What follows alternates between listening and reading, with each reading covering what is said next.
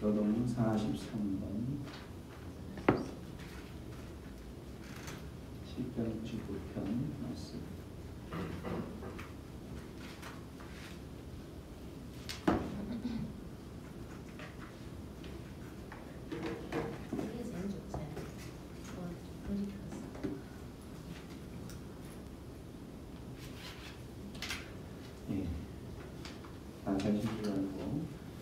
여호와께서 다스리시니 만민이 떨 것이요 여호와께서 구름 사이에 다정하시니 땅이 흔들릴 것이로다. 시온에 계시는 여호와는 위대하시고 모든 민족보다 높으시도다. 주의 크고 두려운 이름을 찬송할지니 그는 거룩하시니로다. 능력 있는 왕은 정의를 사랑하느니라. 주께서 공의를 견고하게 세우시고 주께서 야곱에게 정의와 공의를 행하시리라. 너희는 여호와 우리 하나님을 높여 그의 발등상 앞에서 경배할지어다. 그는 거룩하시도다. 그의 제사장들 중에는 모세와 아론이 있고 그의 이름을 부르는 자들 중에는 사무엘이 있도다. 그들이 여호와께 간구하며 응답하셨도다. 여호와께서 구름 기둥 가운데서 그들에게 말씀하시니 그들은 그가 그들에게 주신 증거와 율례를 지켰도다. 여호와 우리 하나님이여 주께서는 그들에게 응답하셨고 그들의 행한 대로 갚기는 하셨으나 그들을 용서하신 하나님이시니이다. 너희는 여호와 우리 하나님을 높이고 그 성산에서 예배할지어다. 여호와 우리 하나님은 거룩하시니로다. 아멘. 오늘 잠시 기도하며 예배 가운데 나가기 전에 기도하겠습니다. 기도할 때에 우리가 교독하여 하나님의 말씀 읽었던 그 말씀 가운데 나타난 하나님처럼 우리 하나님은 우리의 삶 가운데에 많은 일들을 행하셨죠. 그 행하신 많은 일들 중에서도 가장 위대한 일들은 우리를 용서하시는 것들이죠. 오늘 주님 앞에 예배하며 나아가는 우리의 심령들 가운데 우리가 앞으로 어떻게 살아갈 것인가. 용서받은 자로, 하나님께 용서받은 자로, 하나님의 자녀된 자로 하나님 앞에 살아갈 때에 이제는 하나님의 이름으로, 예수님의 이름으로, 주님 주신 능력으로 주님께서 펼쳐주신 그 환경 가운데서 살아가겠습니다. 그러한 믿음의 결단과 함께 주님께 예배하러 나가기 전에 그 하나님을 찬양하기로 결단하고 이 시간 예배하는 하나님의 그 심령들, 각 사람의 심령들을 만나 주시기를 소망하면서 잠시 기도하며 주님 앞에 예배하며 나아갑니다. 기도하겠습니다.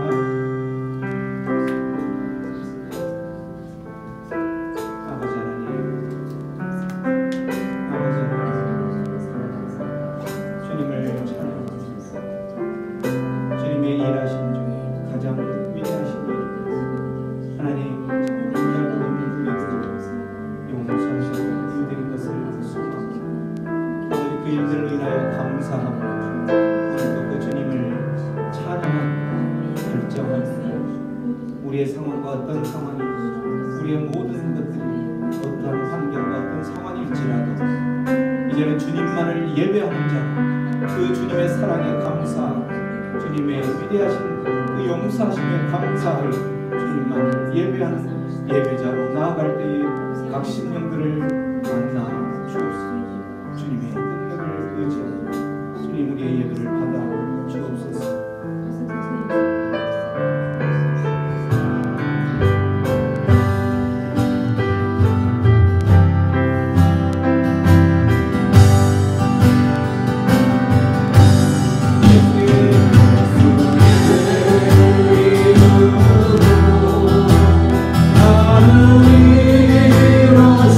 Hallelujah.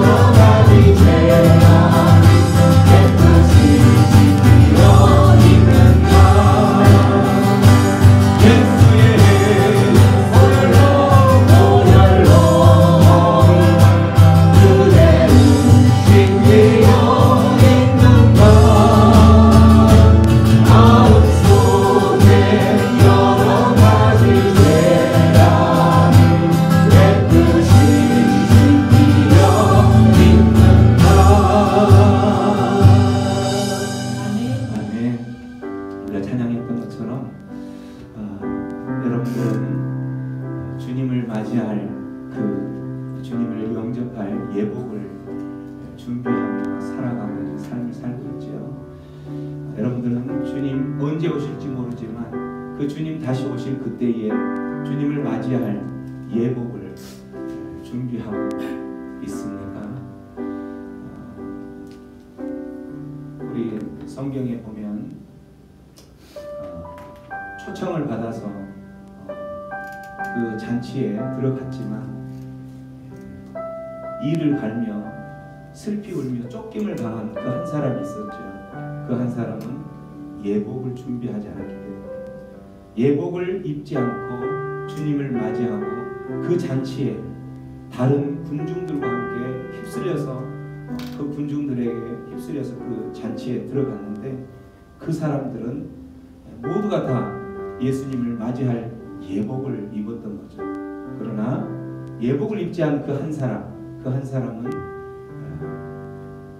쫓김을 당하면서 슬피 우는 그러한 상황이 되었던 거죠. 오늘 우리에게 이 찬양의 가사가 우리에게 질문을 하는 것 같습니다. 여러분은 주님 오실 맞이할 준비를 하면서 어떤 예복을 준비하고 있습니까? 우리는 무엇보다도 십자가의 그 보혈에 의해서 우리는 깨끗하게 제심 받은 하나님의 자녀가 되었죠. 그 자녀로서 마땅히 해야 될 삶이라면 예복을 준비하는 삶이겠죠.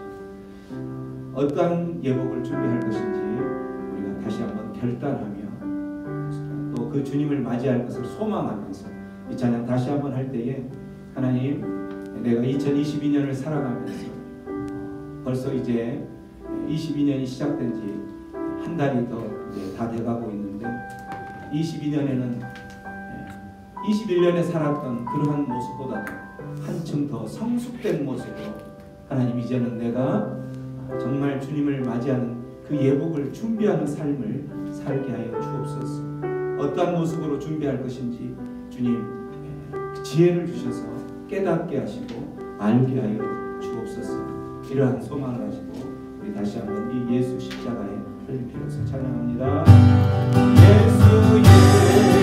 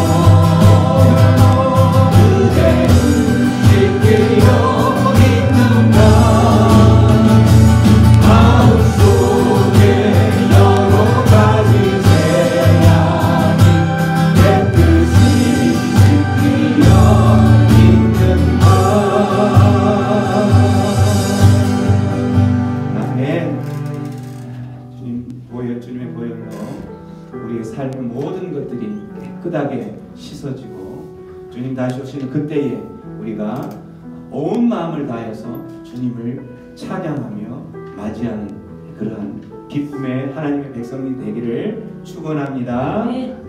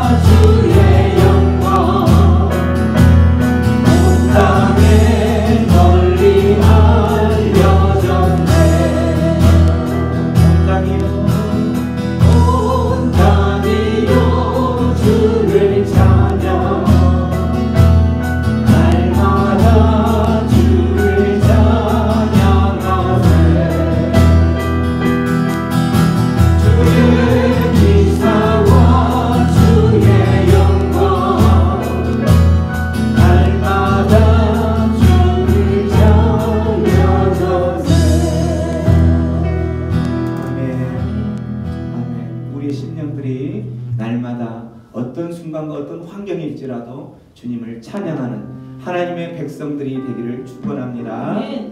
생명 주께 있네 들어보고 시작합니다. 주께 있네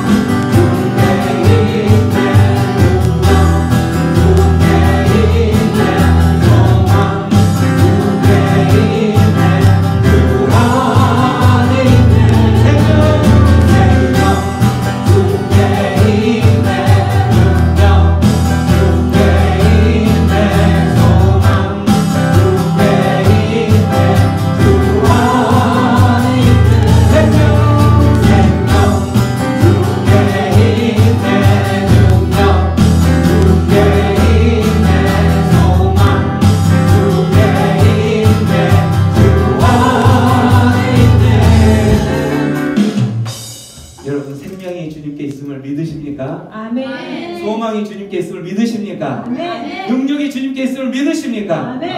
아멘. 그렇다면 우리가 앉아서 찬양할 수 없죠. 능력이 되신 주님, 우리의 소망이 되신 주님, 우리의 생명이 되신 그 주님을 우리가 온몸을 다하여 찬양합니다. 온몸, 여러분의 몸으로 표현해서 찬양하시고 입술로 찬양하시고 함께 찬양합니다. 생명 주께 있네 능력 주께 있네 소망 주께 있네 주 안에 생명 주께 있네 능력 주께 있네 소망 주께 있네 주 안에 다시 한번 생명 주께 있네 능력 주께 있네 소망 주께 있네 주 안에 있네 생명 나의 생명하네 찬양하리 힘을 다해 찬양하리 내 생명 다해 내 힘을 다해 모든 소망 주님께 생명 주께 있네 능력 주께 있네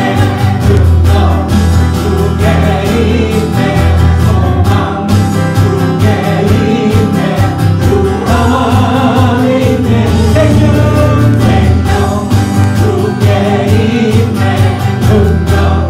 주께 있네 소망 주께 있네 주 안에 있네 생명 주께 있네 생명 주께 있네 능력 주께 있네 소망 주께 있네 주 안에 있네 생명 나의 생명 다해 찬양하리 힘을 다해 찬양하리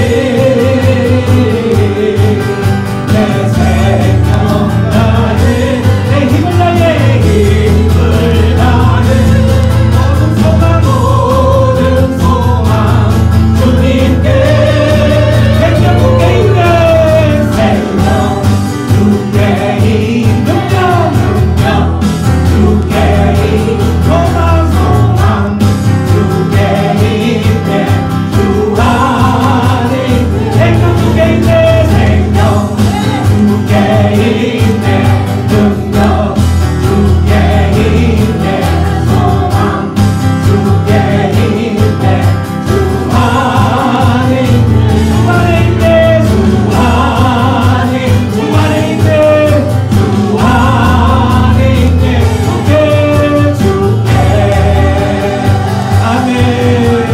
우리의 능력 되신 우리의 소망 되신 우리의 생명 되신 주님께 영광의 박수 올려드리겠습니다. 아멘. 감사합니다. 우리의 생명이 되어주셔서 감사합니다.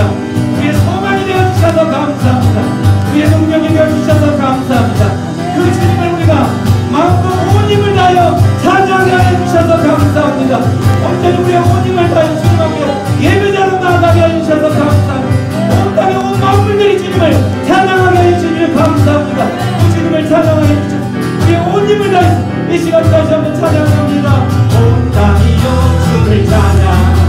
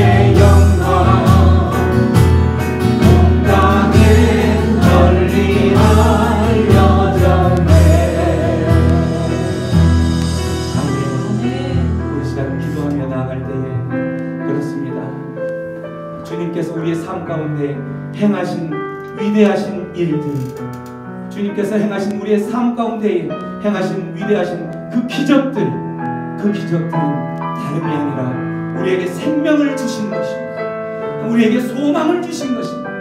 우리에게 능력을 주셔서 우리의 삶 가운데 우리의 힘과 능력으로는 이미 포기하고 좌절했을 그러한 우리의 연약한 사람들이지만 하나님께서 우리에게 능력을 주시고 생명을 주시고 지혜를 주셔서 위대한 일을 하셨던 것입니다.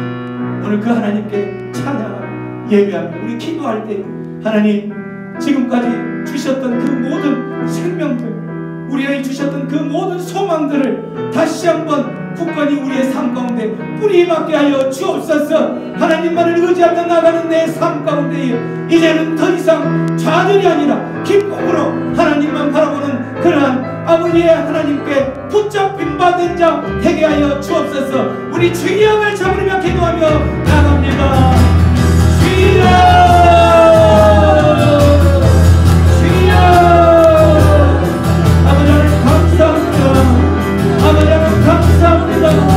우리의 생명을 주시길 감사합니다.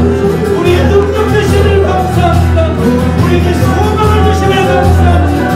그 귀하신 일들 아버지를 용서하신 것을 떠나서 아버지 우리 안에 생명을 주시고 우리의 소망을 주셔서 아버지 우리 매일매일의 삶 가운데 하나님만을 바라보게 해주시고 하나님만을 의지하게 해주시길 감사합니다. 주여 우리를 이제는 그 주님을 의지하며 살아가기를 축원하오니 아버지 아까여 없어서 온전히 주님만을 향하여서 온 힘을 다하여서 주님께 예배하는 자들 속도로 인도하여 주옵소서.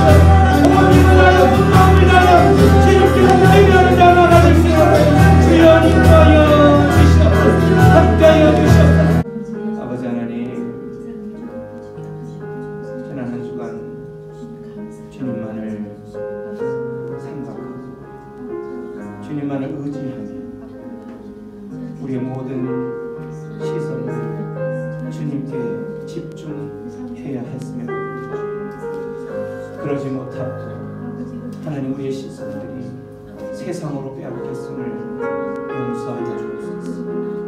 하나님을 온전히 찾지 못하고 온 힘을 다하고 온 마음을 다하고 생명을 다하여 예배하지 못함을 용서하여 주옵소서.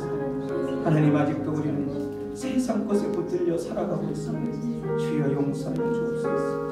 하나님만을 의지하고 하나님께 붙들림 받으며 주옵소서.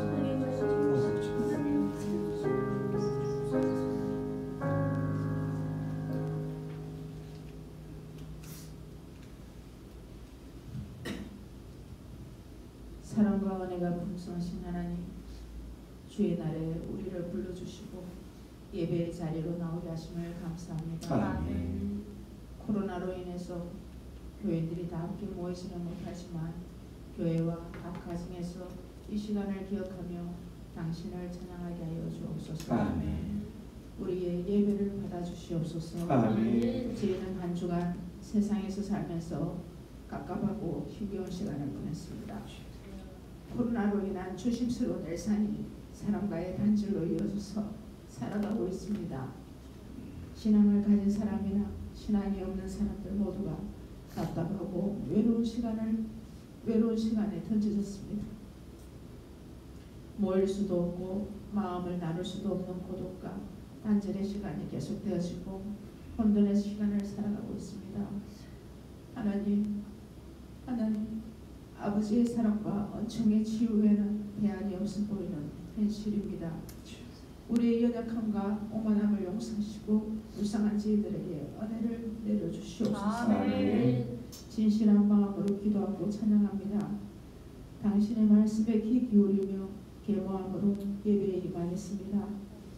강단에 서신 목사님을 통하여 선지자의 절절한 외침을 들려주시고 우리가 자복하고 회개하며 주님께 온전히 돌아가는 시간이 되게 하여 주시옵소서. 아멘. 주님, 이 시간 적은 숫자가 모였지만 두 손 모아 고개 숙인 주님의 자녀들이 드리는 기도와 찬양을 받아주시고 성령 충만하여 비록 몸과 마음은 떨어져 있어도 신앙 안에서 그리스도의 사랑으로 여긴 형제 자매임을 잊지 않고 천국 가는 그날까지 빛과 소금의 역할을 잘 감당할 수 있게 서로 위로하며 사랑을 나누는 성도들 되게 도와주시옵소서. 아멘.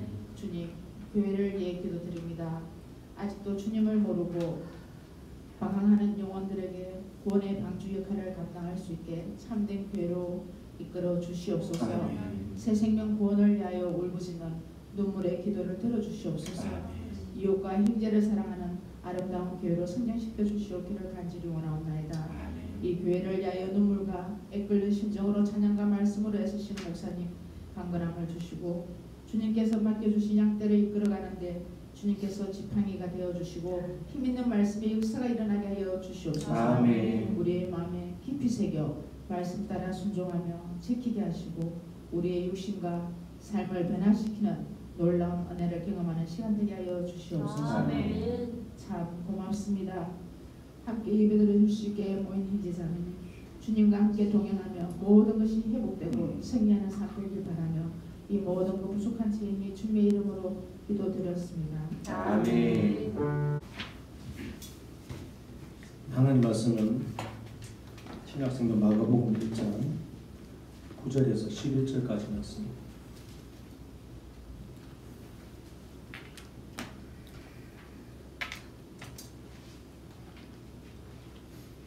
신약성경 마가복음 1장 9절에서 11절까지 말씀입니다. 말씀을 우리 한 목소리로 합독해서 함께 읽어보겠습니다. 그때에 예수께서 갈릴리 나사렛으로부터 와서 요단강에서 요한에게 세례를 받으시고 곧 물에서 올라오실새 하늘이 갈라짐과 성령이 비둘기같이 자기에게 내려오시를 보시더니 하늘로부터 소리가 나기를 너는 내 사랑하는 아들이라 내가 너를 기뻐한다 하시니라. 아멘.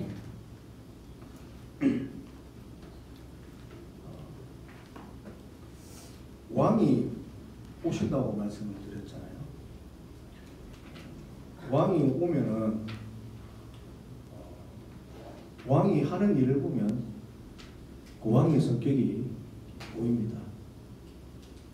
우리도 이제 대선이 얼마 안 남았지만 왕하고 대통령하고 좀 차원이 좀 틀리죠. 국정 운영한다는 면에서 좀 일맥상통하는 면이 있지 않습니까? 대통령이 되겠다는 사람들의 공약을 보면 그 사람의 성격이 보입니다. 어디에도 중점을 주어진지도 보이고 어떻게 국정을 운영할 것인가에 대한 어떤 이끌림이 보이지 않습니다. 마찬가지로 과거의 왕들도 역사적으로 보면 왕이 했던 일들을 보면 그 왕의 성향이라든가 그 왕이 중증적으로 뭘 하고 싶어 했고 어떻게 했는지가 이렇게 잘 드러나고 있습니다.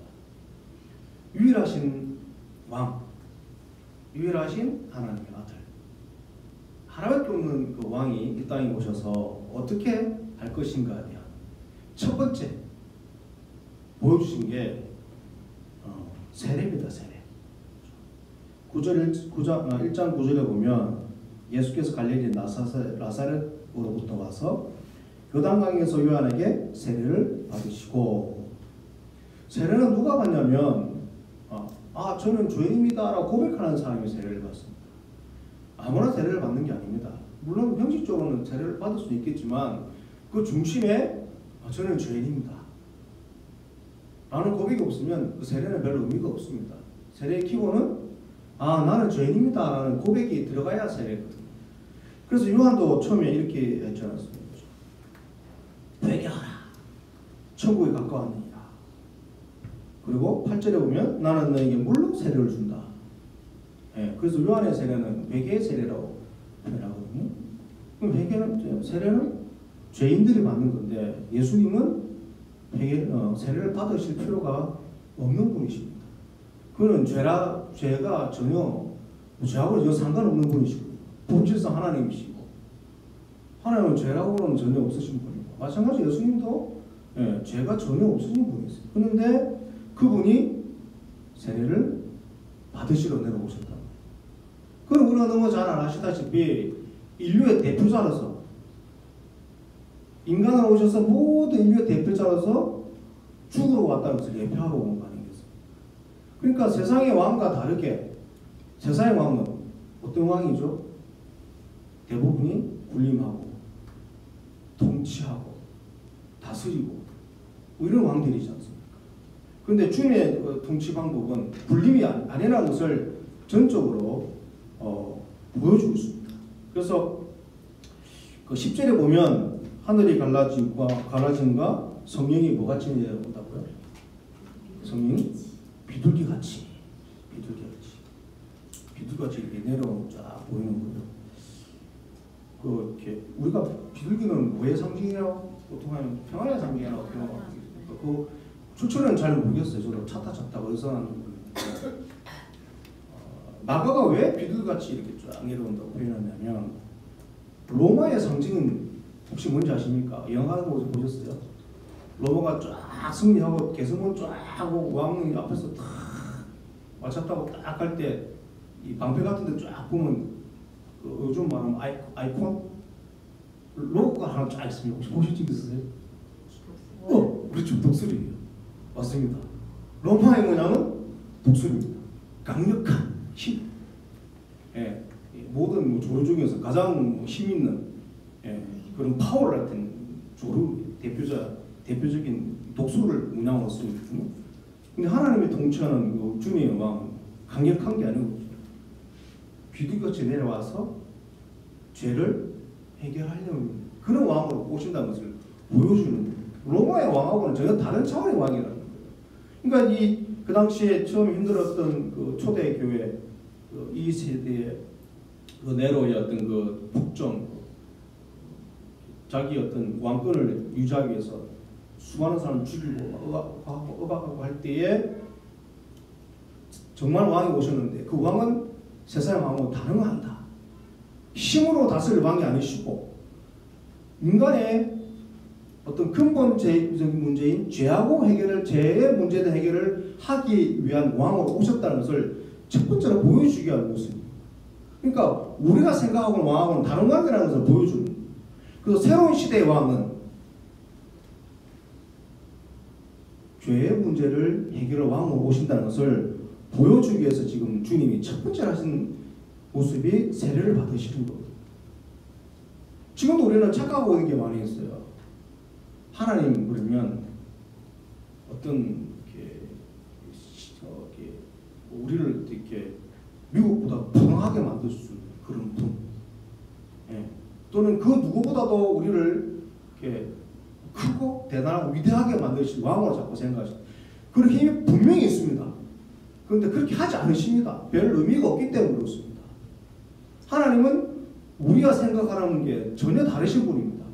그래서 우리가 빨리 생각을 바꿔야 되는 게 내 생각을 자꾸 하나님께 맞추는 게 아니고 과연 하나님 어떤 분인가에 자꾸 내 생각 그걸 맞춰야 되는 거예요. 그렇지 않으면 괴리감이 느껴집니다. 어떤 괴리감이 느껴지냐면 왜 이렇게 잘 믿는데 잘 안 되지? 왜 이렇게 열심히 하는데 잘 안 되지? 그 이면에는 뭐가 있냐면 내가 하는 것만큼 하나님이 주시기를 원하시는 마치 로마의 왕처럼 뒤에 수많은 백성들, 국민들을 거스르고 힘을 과시하고 어떤 그런 것들을 과시하는 왕으로 자꾸 생각하는 거예요. 그래서 내가 그 뒤에 있으면 원인 덕에 뭘 본다고요? 나쁠 본다고요. 괜히 내까지 좀 뭐 이렇게 좀 어깨에 좀 높이고 이러고 싶은 본성이 있거든요. 근데 그게 아니라는 걸 얘기하는 거예요. 로마의 왕은 다른 왕이다. 주님은 죄인들이 받는 세례를 받으심으로 인간의 죄를 해결하고 오신 분이다라는 것을 보여주기 위해서 첫 번째로 예수님이 요한에게 세례를 받으십니다. 근데 요한이 준 세례는 어떤 세례였냐면 형태가 우리가 보통 약식으로 주는 세례 있죠. 저희 교회에서 우리 교회에서는 쑥 들어갔다 나오잖아요. 요한은 약식 세례에서 이렇게 물을 이렇게. 근데 예수님은 쑥 들어갔다 나오셨어요. 물속에 들어간다는 건 잘 아시지 않습니까? 뭘 얘기하는 거예요? 죽는 겁니다. 완전히 죽었다가 다시 살아나는 거예요. 모든 인간이 대신해서 완전히 죽으시고 살아날 것을 예수님이 보여주시는 겁니다. 이 이스라엘 민족들과 그들의 어떤 생각 속에서 요단강이라는 것은 굉장히 의미가 있습니다. 사람들마다 이게 의미 있는 장소가 있지 않습니까? 누구나 그렇거든요. 대한민국 국민 전체에게 의미 있는 장소도 있고, 이스라엘 민족들에게 요단강은 굉장히 의미가 있는데요.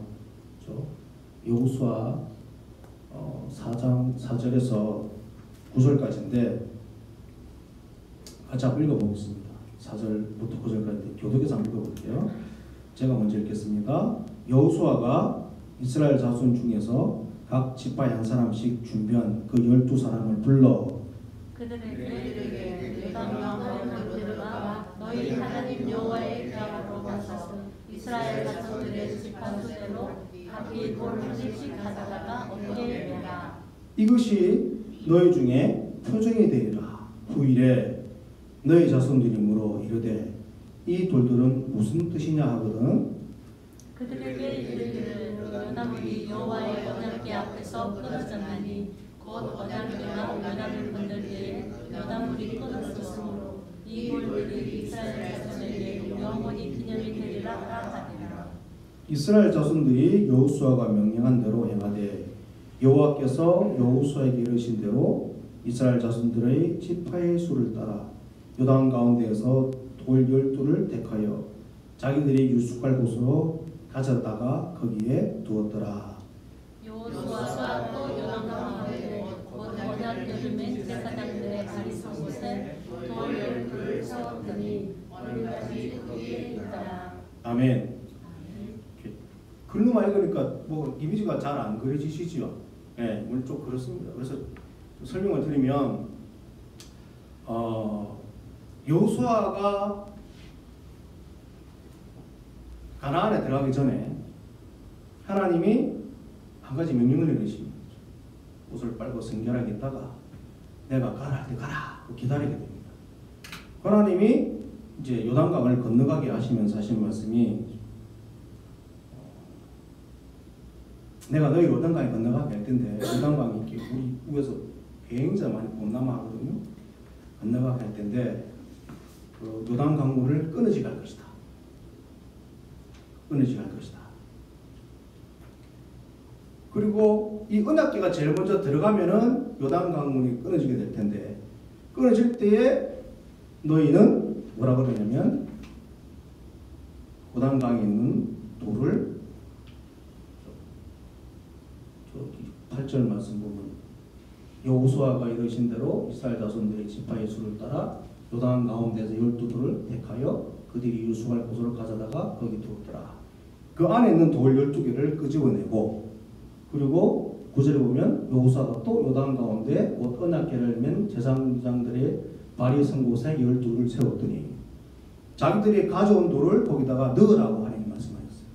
그러니까 12개의 돌을 제사장들이 준비하고 있다가 강물이 끊치면 12돌을 강물에서 끄집어내서 너희들이 가는 곳에 세우고 대신 가져왔던 12돌을 강물에 넣고 그리고 뭐라고 되어 있냐면 7절 하반절에 보면 이스라엘 자손에게 영원히 뭐하게 하더라.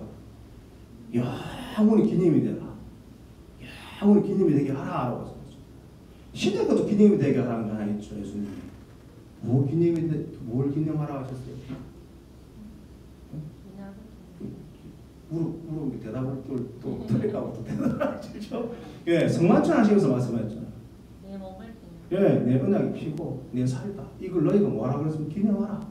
기념하라. 하나님 기념하라 할 때는 의미가 있겠죠. 굉장히 중요하니까 기념하라 하지 않습니까? 근데 우리가 생각해야 될 것은 이스라엘 여호수아에 보면 소위 말하는 하나의 능력 굉장히 많이 베푸십니다. 여리고성을 어떻게 무너뜨리시는지 잘 아시죠? 아무것도 안 1절 동안 그냥 뱅뱅뱅뱅 돌기만 하고 확 무너뜨리십니다. 더 기가 막히게 기적 하나 일으키십니다. 하나님이 태양을 멈춥니다. 이건 있을 수 없습니다. 만약에 지금 애들한테 보여서 태양이 멈췄다 그러면 거짓말이라고 그러죠. 왜냐하면 태양이 멈추게 되면 어떻게 됩니까? 지구가 중력의 법칙에서 다 튕겨가 엉망이 될 텐데요. 그런데 우리가 상식적으로 이렇게 생각할 때 강물이 멈추는 게 더 능력이 있는 것 같아요. 태양을 멈추는 게 더 능력이 있는 것 같아요. 태양이 멈춰도 능력이 있죠. 예, 예. 강물이 멈추고 태양이 멈추면 더 엄청난 일입니다. 그런데 하나님은 태양이 멈췄을 때는 이거 기념할 얘기 안 하셨어요. 근데 요단말 건너갈 타임이냐 이거 영원히 기념하라 얘기했어요. 그러니까 이거는 잘 생각해야 되는데 이거는 그럼 단순히 기적을 기념하라는 게 아닌 것 같아요. 하나의 능력을 기념하라고 한 게 아닌 것 같아요. 하나의 능력을 기념하라고 했더니 태양을 멈춘 게 더 큰 그걸 기념하라겠죠. 예. 뭘 하나님 얘기하고 싶으신 건가? 지금 그 이스라엘 민족들 또는 그 이후에 모든 이스라엘 자손들에게 영원히 역사의 이스라엘 자손들 하나님의 말씀 이스라엘 자손들 북쪽인 이스라엘 자손뿐만 아니고 아브라함 후손들 전부 다를 포함합니다. 우리가 다 포함되는 거예요. 이스라엘 자손 영원히 기억해야 되고 잊어버리지 않아야 될 사건이 요단강 사건입니다. 요단강 사건을 건너갈 때 7절 보면 이렇게 되어 있죠. 여호와의 뭐 앞에서? 언약 앞에서. 그러니까 그 출애굽에서 광야에 있었을 때는 그들이 움직이는 사인이 뭐였냐면 구름기둥과 불기둥이었습니다. 처음에는 그렇죠. 구름기둥과 불기둥이 밤에는 불기둥, 낮에는 구름기둥이 움직이면 따라가고 서면 멈추고 항상 그것만 딱 바라보게 되어 있습니다. 그러고 난 다음에 하나님의 시내산에서 십계명을 모세에게 주시고 그 다음에 성막이 완성되고 그 다음에 그 안에 언약궤가 완성되고 할 때 그때는 뭐에 움직이냐면 제일 먼저 움직이는 게 언약궤가 쫙 움직입니다. 그거 따라 쫙 움직이게 되어 있습니다. 언약궤를. 언약궤를 다른 말로 뭐라 그러냐면 증거궤라고 그러는데요. 히브리서 9장 4절 한번 같이 읽어보세요. 시작. 금 강도와 사면을 금으로 싼 언약궤가 있고 그 안에는 만나를 담은 금 항아리와 아론의 쌍난 지통이나 언약의 돌판들이 있고 히브리서에는 언약궤 안에 있는 내용물을 기록하고 있는데 세 가지가 있습니다. 만나를 담은 항아리, 금 항아리, 아론의 쌍난 지팡이, 그 다음에 언약의 돌판 이렇게 되어 있습니다. 다른 말로 표현하면 출애굽기 31장 18절에 보면 여호와께서 시내산 위에서 모세에게 이르시기를 마치신 때에 진급한 불을 모세에게 주나니. 처음에 이제 우리가 성경을 읽다 보면 십계명을 돌판이라고 표현하기도 하고요. 여기서는 증거판이라고 표현합니다. 증거라는 단어에 보면 무슨 뜻이냐면 뭔가를 설명해주고 뭔가를 확인시켜주는 게 증거지 않습니까? 그래서 증거판 그리고 언약궤를 증거궤 그 다음에 성막을 증거막 이렇게 표현합니다. 하나님. 그래서 성경에는 용어가 같이 섞여 있어요. 언약궤, 증거궤, 십계명 돌판, 증거판, 성막, 증거막, 회막 이렇게 막 섞여 있습니다. 증거판이 됐든 증거막이 됐든 증거궤가 됐든 중요한 것은 증거라는 단어예요. 뭘 증거냐면 하나님이 우리와 함께 하신다는 증거라는 거예요. 내가 너희와 함께 한다는 증거로 십계명 돌판을 주시고 내와 함께 한다는 증거로 성막을 세우시고 우리식으로 따지면 신앙용어로 바꾸면 교회를 세우시고 내가 너와 함께 한다는 증거로 언약궤를 하나님이 이스라엘 민족들에게 허락하십니다. 예수님이 처음에 출생하시기 전에 천사가 나타나가지고 요셉에게 꿈으로 나타나서 처녀가 아들을 잉태하려는 그 이름을 임마누엘이라 하리라고 했죠. 임마누엘 무슨 뜻입니까? 하나님이 우리와 너희와 함께 하신다는 거예요. 그러니까 하나님 우리와 함께 하신다는 시작적 증거가 뭐냐면 예수 그리스도입니다. 예수 그리스도 이 땅에 오심으로써 하나님 우리와 함께 하셨다는 증거를 보여주는 거예요. 마치 이스라엘 민족들의 언약궤가 하나님이 이스라엘 민족들과 함께 하신다는 증거였던 것처럼 신약의 예수님이 오심으로 하나님이 우리와 함께 했다는 증거를 보여주는 거예요. 이 언약궤 안에는 세 가지가 들어있다야겠습니다.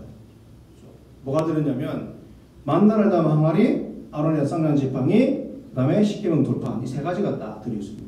근데 지금 이거 없습니다. 이거 어딘지도 모르고요. 뭐 어찌 된지도 모릅니다. 언제 없어질지도 모릅니다. 은학계 자체가. 네. 그건 나중에 말씀드리고 세 가지가 안에 들었어요. 은학계 안에 하나님 우리와 함께 하신다는 증거 세 가지가 있는데 첫 번째가 만나를 담은 금항아리입니다. 만나를 담은 금항아리. 그러니까 만나는 뭐 이렇게 이스라엘 민족들이 광야에서 먹을 거 없어가지고 매일 하나님 주신 거잖아요. 매일매일 하나님 필요한 것을 얻을 수 있게 주신 건데 그거하고 아론의 쌍난 지팡이는 잘 아시다시피 그 아론의 지팡이 하나님이 싸게 나게 하면 내가 선택한 자다. 그거를 기념하기 위한 거 하나. 그 다음 십계명 돌판 세 가지지 않습니까? 그래서 우리가 이걸 잠깐 앞에 부분만 싹 빼고 뒤에 끝만 보면 하나님의 놀라운 힘, 어떤 기적, 어떤 본능을 자꾸 생각할 수 있어요. 하나님이 정말 이스라엘 민족들 얼마나 사랑하셔서 만나를 매주셨구나. 정말 하나님이 그냥 지팡이도 싸게 날 만큼 능력이 있으신 분이구나. 무에서 유를 창조하시는 분이구나. 하나님이 돌파를 주셨구나. 이렇게 생각할 수 있는데 과정을 쭉 살펴보면 만나를 어떻게 주게 되었냐면 이스라엘 민족들이 주려고 하게 돼서 몇 달이 먹고가지고 양식이 다 떨어졌어요. 그러니까 뭐합니까? 모세 보고 맨날 네가 우리를 죽이려고 데려왔나? 차라리 애국에 있었으면 좋을 뻔했다. 옛날에 더 나았다. 아무리 인간의 망각의 동물이라지만 노예로 살 때는 살려주세요. 하나님 제발 살려주세요. 그걸 까맣게 잊어버리고 조그마한 고통이 오니까 고난이 오니까 나는 못 살겠다. 모세기 때문에 우리를 왜 데리고 갔고 자기가 보다라는 곳은 왜 우리를 데려가지고 먹고도 굶어 죽게 만드노. 복도 먹어야 되겠다. 그러니까 하나님이 그러지 않습니다. 매일매일 만나를 주지 않습니다. 인간의 본성에는 뭐가 있냐면 우리 믿는 자들에게 본성이 있다. 뭐 깊숙한 게 숨은 것이 하나 있습니다. 어떤 게 숨어 있냐면 하나님 요거 주면 잘생길 수 있어요. 거래 안에 거래를 하나님 요거 해결해주면 내가 더 잘생길 수 있어요. 하나님 만나주면 잘생길 수 있어요. 하나님 매출을 주면 잘생길 수 있어요. 하나님 나이가 하면 정말 하나님 더 잘생길 수 있어요. 라는 상징이 만나 항아리입니다. 두 가지가 딱 펴져 있어요. 인간의 본성에 있는 하나님과 계약하고 싶어하는 거, 거래하고 싶어하는 거. 정말 하나님 이것만 해주시면 잘할 수 있어라는 그 얄팍한 본성의 하나님 은혜. 그 하나. 그 다음에 아론의 쌍난 지팡이. 아론의 쌍난 지팡이는 잘 아시죠? 고라 자손들이 반역을 합니다. 고라도 그 제사장 가문이에요. 반역을 합니다. 모세에게. 누가 제사장이다? 나도 제사장이다. 그리고 이렇게 표현합니다. 네가 우리 왕이 되냐 하냐? 라고 하죠. 그 하나님이 진노하십니다. 그 진노하셔가지고 땅을 막 하나님이 갈라지게 해가지고 고라 자손도 삼켜버립니다. 그리고 연병으로 죽게 만듭니다. 3만 명 가까이 죽습니다. 정확하게 몇 명이냐면 제가 적어봤는데 불로 다 죽은 인원 250명, 연병으로 죽은 자가 14,700명입니다. 그리고 나서 하나님 이렇게 명령하십니다. 12지파의 부족들 한 명씩 지팡이를 가져와라. 그리고 내가 선택한 지팡이에 싹이 날 것이다 라고 하게 됩니다. 그래서 하나님이 레위 지파, 아론의 지팡이에 싹이 나게 하시고 그것을 기념하기 위해서 영원히 거기다가 은하계 안에다 그것을 넣게 하셨습니다. 단순히 하나님의 기적이나 그걸 설명하고 싶으신 것이 아니고 인간이 얼마나 하나님을 싫어하는지를 보여줍니다. 딱 한마디였습니다. 네가 우리의 왕이 되려냐. 근데 이거를 지금도 참 이게 설교하시는 분들이 저도 마찬가지지만 이 말씀을 전하는 무게가 얼마나 무거운지 느꼈으면 좋겠어요. 저도 어릴 때 이런 소리 많이 들었습니다. 하나님을 선택한 자에게 원망하거나 시기하거나 해보자 하면 하나님 벌 주신다. 목사는 하나님 제사장이 아닙니다. 제사의 흔적을 갖고 있는 사람이지 기능을 갖고 있는 사람이 제사장이 아닙니다. 지금도 이렇게 설교하시는 분 계시더라고요. 그러니까 함부로 하면 벌 받는다. 아닙니다. 모세는 누구의 상징이냐면 예수 그리스도의 상징입니다. 아론은 대제사장이잖아요. 아론은 예수 그리스도의 상징이에요. 무슨 말이냐면 결국은 이스라엘 민족들은 대제사장의 예수님이 왕이 되는 게 싫은 거예요. 그래서 네가 우리의 왕이 되려냐? 난 내 마음대로 살고 싶다는 거예요. 하나님은 그냥 우리에게 필요한 것만 공급해 주시고 만나만 주시고 왕은 내가 할 테니까 내 마음대로 살 테니까 하나님은 내가 조금 필요할 때만 도와주세요. 필요한 것만 공급해 주시고 가장 중요한 순간에는 관여하지 말아주세요라는 그 얄팍한 보증이 있으니까 그걸 하나님이 꼬집어 주는 거예요. 하나님 그걸 그렇게 싫어하시는 겁니다. 그래서 아론의 쌍난 지팡이는 이스라엘 민족들이 기본적으로 하나님의 왕으로 주기를 싫어한다는 거예요. 하나님 그것을 하나님 고발하고 싶으신 거예요. 그래서 그걸 집어넣는 거예요. 그리고 십계명 돌파. 여기서는 십계명 돌파 두 번째 돌파입니다. 첫 번째 돌파는 모세가 부사꾼 화가 나가지고 하나님과 독대를 하고 올라가 시내산에 올라가지고 이스라엘 민족들이 시내산 밑에 그 모세가 하나님과 얘기하는 사이에 밑에서는 엄청난 일이 일어나죠. 몇명 사람들이 백성들이 아론을 보시지 않습니까? 모세가 어디 간지 모르겠다. 우리 어쩌란 말이고 지금 아론 네가 그 손씨가 좋고 금을 잘 다루니까 우리 가락지를 다 떼가지고 금송아지 만들어라. 이게 우리 송아지다. 이 금송아지 우리 하나님이다. 이걸 섬기자. 이래가지고 밑에서 난리를 치고 있습니다. 그 모세가 내려와 보니까 벌써 금송아지가 들고서 그거 갖고 이게 하나님이라고 막 페스티벌을 막 벌이고 있으니까 모세가 화가 나가지고 쉽게 던져서 깨버리면서 그 돌을 갈아가지고서 이스라엘 민족들을 마시게 하고 그리고 나서 또 3,000명을 그냥 죽음에 몰지 않습니까? 결국 어떤 얘기입니까? 언약궤 안에 들어있는 이 물질 세 가지는 뭐냐면 이스라엘 민족들의 그 죄 때문에 죽음 그게 있는 거예요. 그리고 그것을 안에 넣고 딱 봉인해 버립니다. 아무도 못 열게 그게 지금을 하면 납땜하듯이 하나로만 딱 봉인해 버립니다. 뚜껑이 열리는 게 아닙니다.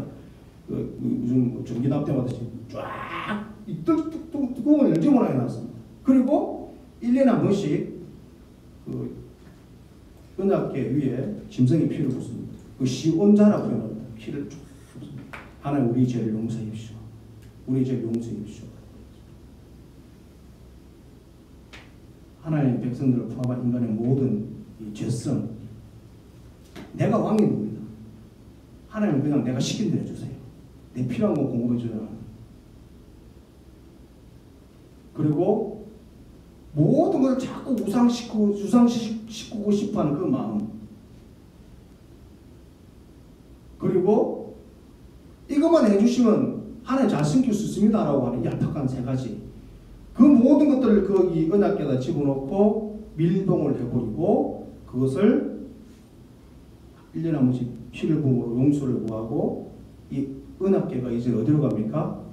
요단강으로 지나가게 됩니다. 하나님이 요단강을 제일 먼저 요단강에 가게 하시고 그 요단강가에 강물이 딱 은약궤가 들어서자마자 강물이 멈추게 됩니다. 그러고서는 12돌을 끄집어야 됩니다. 12돌은 이스라엘 부족 전체를 상징합니다. 강물 안에 있던 돌, 이 약간 그림이 그려져야 되는데 물이 덮으면 뭐가 생기죠? 물이 덮는다는 것은 죽음입니다. 그러니까 원래 그 열 밑에 있던 돌들을 끄집어냈다는 것은 다시 살려주는 겁니다. 언약궤가 들어갔더니 강물이 멈추고 12돌을 끄집어낸 것처럼 예수님이 강물에 들어가서 죽으셨더니 그를 따르는 무리가 새로운 생명을 얻게 됩니다. 그리고 그들이 짊어져왔던 12돌을 다시 그 강물 안에다가 넣어놓고 언약궤가 지나가고 강물이 다시 그 강을 흐르게 됩니다. 그러면 옛사람은 그 속에서 죽이고 새로운 사람은 다시 부활하는 그 모습을 하나님의 여호수아를 통해서 보여주시는 거예요. 그래서 언약 안에는 인간의 죄가 다 들어있는 겁니다. 그래서 밀봉을 해버리는 거예요. 끊이지도 내지도 못합니다. 예수 그리스도 안에 우리의 죄악들이 다 들어있습니다. 아무도 끄집어낼 수 없습니다. 볼 수도 없습니다.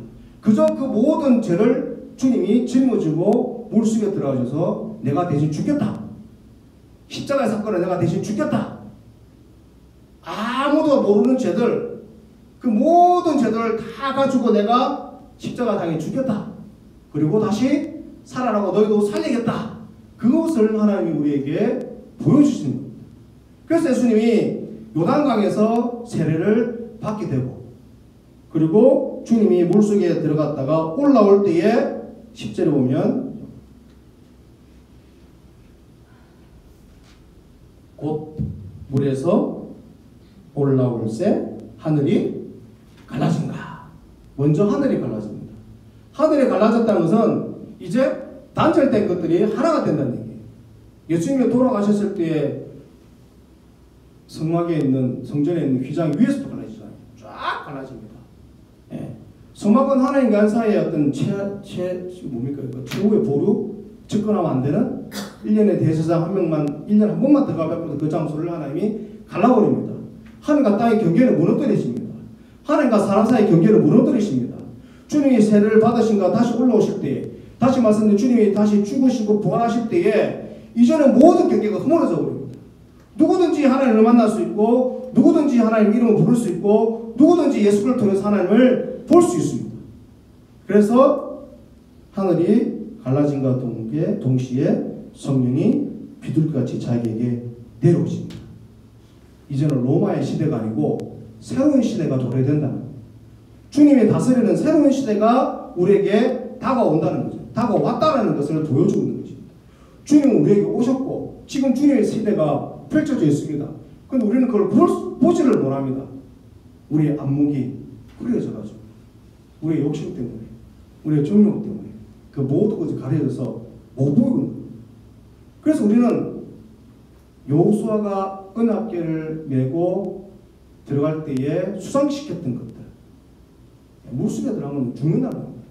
우리가 수상시켜야 될 것들 설교 제목에는 우리가 죽여야 될 것들이 쓰려는데 그건 너무 좀 단어가 너무 좀 강해가지고 단절시켜야 될 것들 끌어내야 될 것들 은합궤 안에 들어있는 거 세 가지입니다. 내가 왕되고 싶어하는 거 하나님 왕되기 싫어하는 거 그 다음에 얄팍하게 하나님과 거래하고 싶어하는 거 하나님 이거 하면 나는 정말 참 사는 자신이 있었어요. 또는 나는 육적인 게 더 필요합니다. 나는 육적인 게 더 필요합니다. 나는 먹을 게 더 필요합니다. 아직까지 먹을 게 더 필요합니다. 하나님보다는 먹을 게 더 필요합니다. 하나님보다는 물질이 더 필요합니다. 하나님보다 다른 게 더 필요합니다는 그거. 그리고 뭐든지 다른 것을 하나님을 바꾸고 싶어하는 거. 이게 가장 깊숙이 숨어있는 인간의 죄악의 본성입니다. 이거 단절시키기를 하나님이 원하시는 거고 이걸 주님이 내가 대신 너를 위해서 단절시켰다. 다 죽였다. 이제는 새 사람이다. 네. 이전 것은 지나가서는 돌아 새 것이 되었다. 이제는 새 사람이다. 새로운 사람처럼 살아라. 너의 과거는 요단강에 묻었다.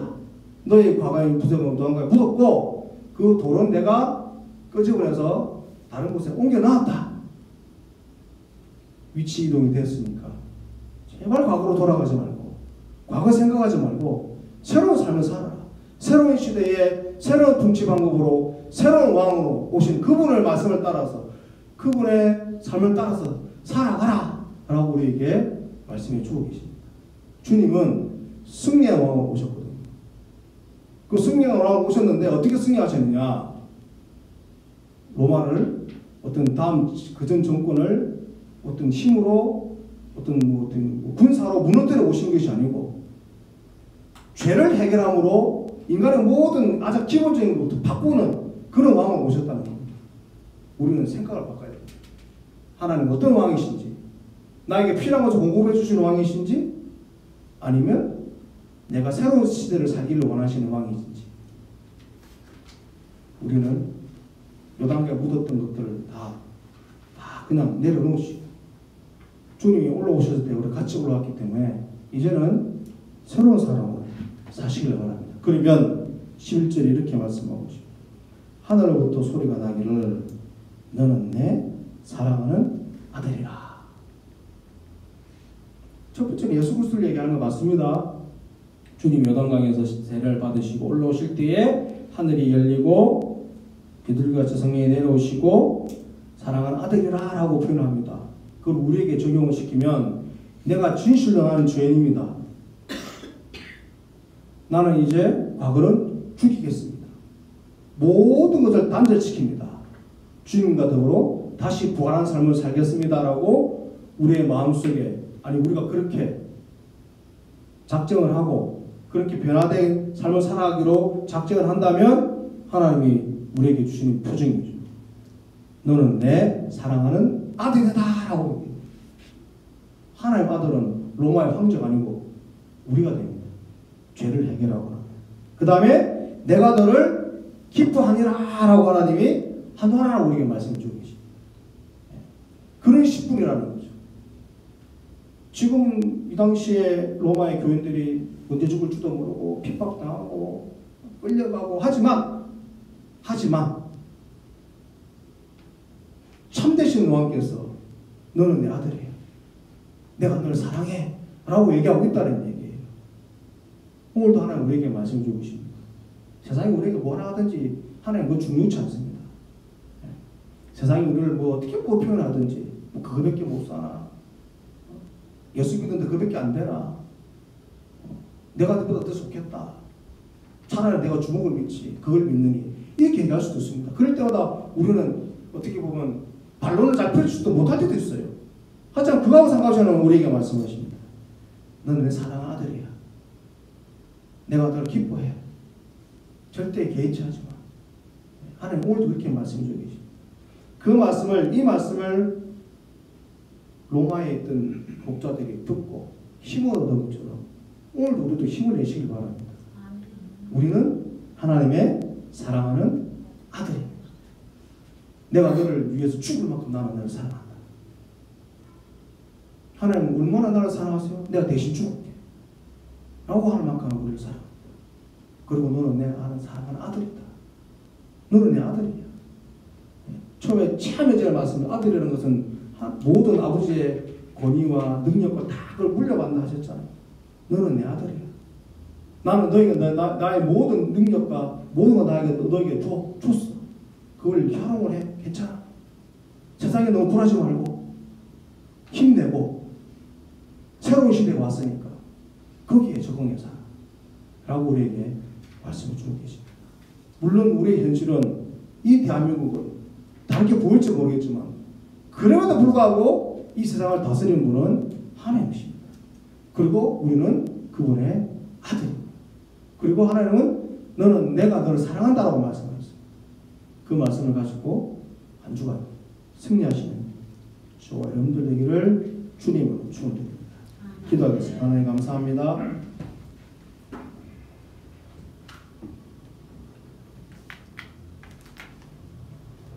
주님이 십자가에 죽으실 때 우리도 죽었고 주님이 부활하실 때 우리도 부활했습니다. 요단강의 언약궤를 지나갈 때 과거의 12돌을 묻은 것처럼 우리의 과거를 주님 십자가에 묻게 해주시고 주님 십자가에 다 죽게 해주시고 새로운 시대, 새로운 왕의 논리로 새로운 왕의 방법대로 살게 해 주시옵소서. 하나님 우리를 보시고 너는 내 사랑하는 아들이다. 내가 너를 기뻐한다고 말씀하셨습니다. 하나님, 우리가 주님을 우리 구주로 고백한 순간부터 우리는 하나님의 아들이고 우리는 하나님을 사랑하는 자입니다. 하나님, 한 주간 우리가 누구인지 하나님 우리가 어떻게 바라보시는지 그것을 더 크게 생각하게 해주시옵소서. 세상의 말이나 세상의 생각이나 세상 사람들의 말보다 요 하나님의 말이 더 크게 보여줄 수 있도록 하나님 우리의 눈을 들어서 하나님을 보게 하여 주시옵소서. 감사함 예수님의 이름으로 기도드립니다.